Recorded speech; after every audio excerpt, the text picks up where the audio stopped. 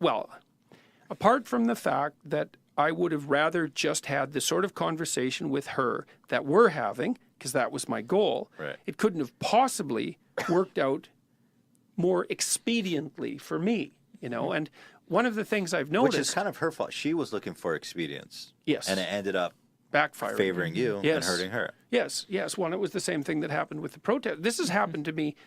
It's another reason why I think I was able to remain composed during that interview. I went to McMaster University about a year ago, a little more, and it was just insane. Like, the protesters occupied the room, and they were all chanting and yelling and screaming away. And there was, in those crowds, I've noticed this, in those crowds, there's always 2 or 3 people, they're usually men, who are, a lot of them are just like silly, quasi-deluded, virtue signaling, 18-year-old people who just don't know any better, right? They're there because their professors sent them, and, you know, and I'm looking at them and I think, oh, you know, you're just deluded kids fundamentally. But there's always a few people at those rallies who are really not good people, and there were a couple there. They're just psychopaths who were looking for trouble, and I could see a couple of them. In fact, they were the same ones at a couple of different protests, and one of them was behind me with a woman, and they were blaring an air horn at me from about 2 feet away, and that was like, look, I don't care. You can yell all you want, but like, you deafen me at your peril, right? So anyways, I dealt with that. But I just let them yell and scream and do their thing, and I tried to talk, and they drowned me out completely. And then the police closed the venue because there were too many people in the room, and the protesters wouldn't leave. So then I went outside, and I stood up on a table, and I talked to people outside, you know, and that video worked out extraordinarily well for me again.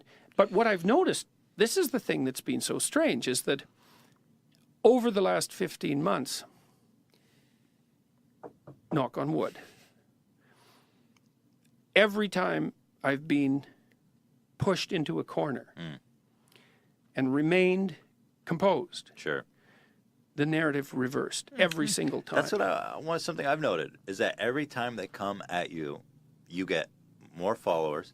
For every critic that comes at you, you get 10 more followers. And this pattern we've seen it over and over again, and yet they still come. Yeah, less though. But the thing is, it really goes back to what you said. They're being expedient. Yeah. You're being genuine. Yeah.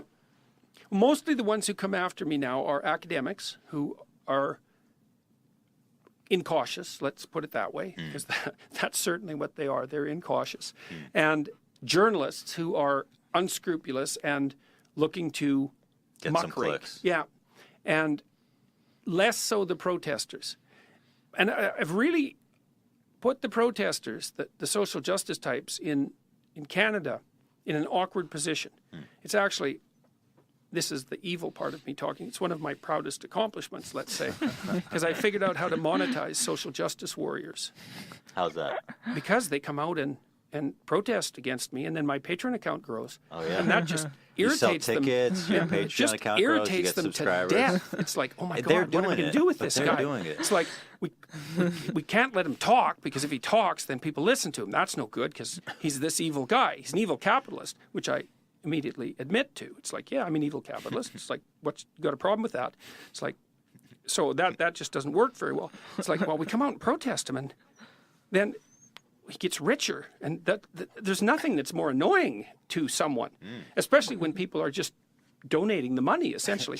So like in Edmonton recently, this city in Alberta, I had booked a theater, and we'd signed like 3 levels of paperwork. We were 1 level away. And I had tweeted that I was coming to the theater, and then they decided that I couldn't go to the theater.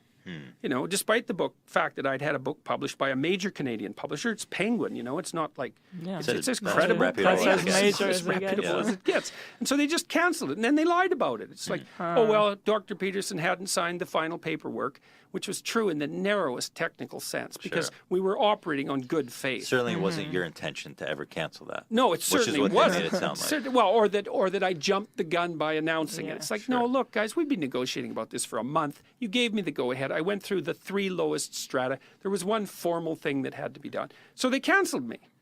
Well, that caused all sorts of fuss. But then an hour later, this guy emailed me from a hotel, and he said, "Oh, you can do it at our hotel. We have a venue for 700 instead of 250, and it's sold out." It's Wow. For the best. yeah, and the Ryerson University canceled our free speech event. We had 200 people slated to attend. 1,500 people came to the one that we held as a replacement. When my people God. learn that trying to repress free speech only makes it louder, Yeah, like time and time again. yeah.